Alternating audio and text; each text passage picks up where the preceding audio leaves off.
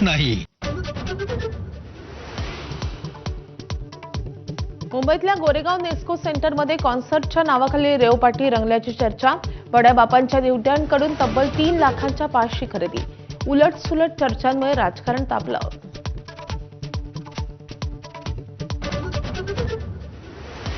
America विरुद्ध इराणमधली शस्त्रसंधी आणखी 2 आठवडे वाढण्याची शक्यता, तर इस्रायल आणि लेबनॉनमध्ये 1 आठवड्याचा युद्धविराम. जगातील सर्वाधिक 10 उष्ण शहरांमध्ये विदर्भातील 4 शहरांचा समावेश. अकोला, अमरावती, वर्धा, नागपूरमध्ये तापमान वाढलं. पारा 44 अंशांवर. मुंबईवर अल निनोचं संकट. 1 मे पासून 10% पाणी कपातीची शक्यता. तर मुंबईला पाणी पुरवठा करणाऱ्या जलाशयांमध्ये सध्या 33.7% साठा.